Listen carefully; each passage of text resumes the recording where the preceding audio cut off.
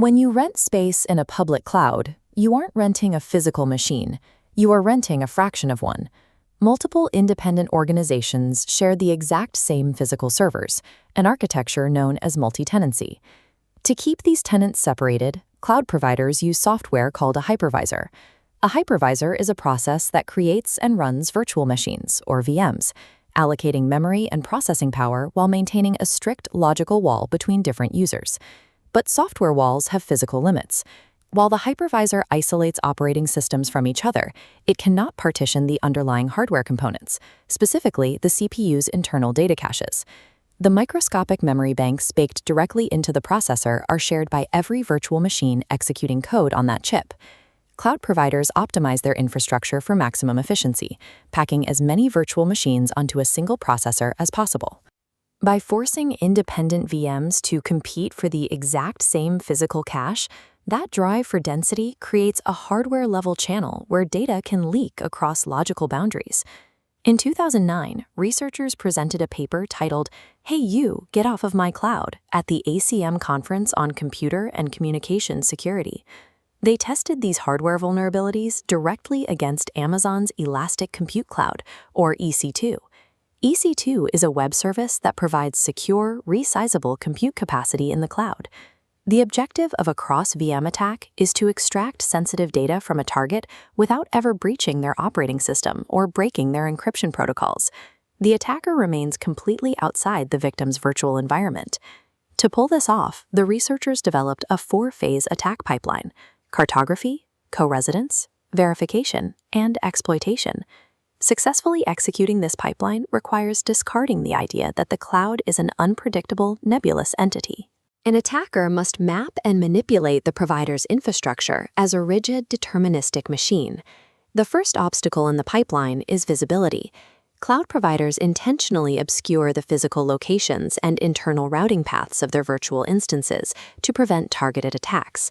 Attackers bypass this obscurity using standard network probing utilities like Nmap and wget. Nmap is an open-source network scanner used to discover hosts and services by sending packets and analyzing the responses. The researchers performed TCP connect probes on ports 80 and 443, attempting to complete three-way handshakes with public EC2 servers. They combined these connection tests with DNS queries to gather external routing data. They hypothesized that different IP blocks correspond to specific availability zones, isolated data center regions. By correlating these responding IPs with known zones, attackers mapped the internal EC2 architecture. Faster, more urgent tone. This process of cloud cartography strips away the abstraction. It turns a globally distributed, opaque network into a highly predictable, targetable grid. With the map built, the attacker needs to achieve co-residence. This is the mandatory prerequisite where the attacker's virtual machine is placed on the exact same physical server as the victim's virtual machine. The first strategy is brute force, also known as instance flooding. An attacker launches thousands of instances in parallel within the target's specific availability zone, hoping one of them lands on the correct physical server. This approach is economically and operationally inefficient.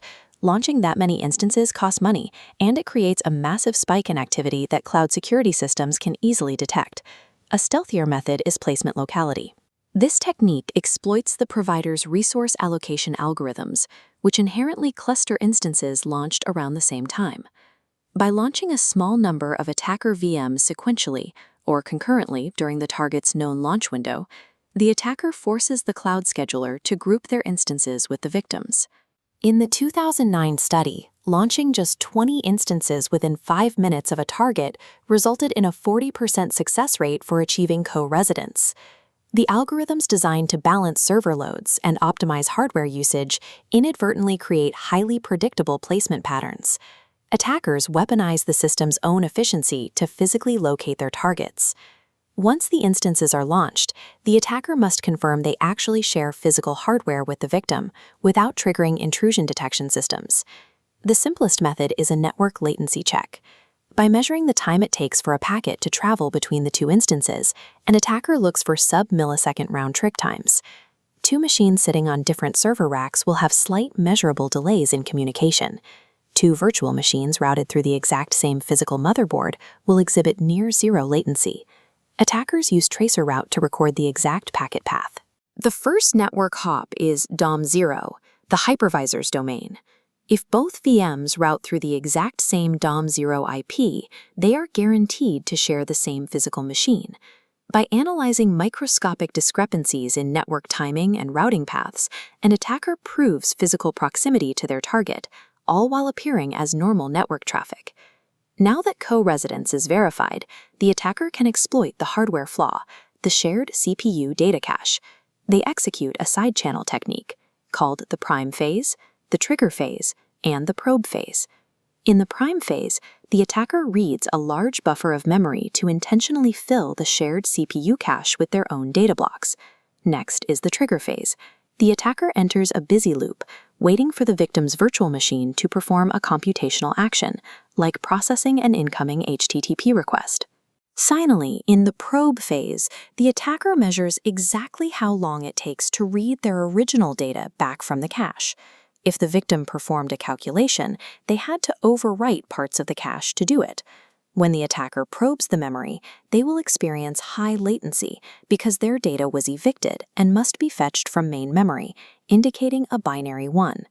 If the read time is fast, the cache was untouched, indicating a binary 0. This chart shows 100 cache timing measurements across 3 instance pairs. In trials 1 and 2, where instances are co-resident, distinct CPU cycle spikes mirror the victim's HTTP requests. In trial 3, without co-residence, measurements show only baseline noise. By measuring hardware-level timing discrepancies over thousands of cycles, an attacker extracts precise operational data directly from the processor, entirely bypassing the hypervisor's logical encryption. The direct result of the prime and probe exploit is the creation of a covert channel. The shared CPU cache becomes an unauthorized functional communications line between 2 theoretically isolated virtual machines. This channel can extract highly sensitive information. It can monitor the exact rate of web traffic a co-resident site receives, or silently record the precise timing of keystrokes made by an honest user on the target machine.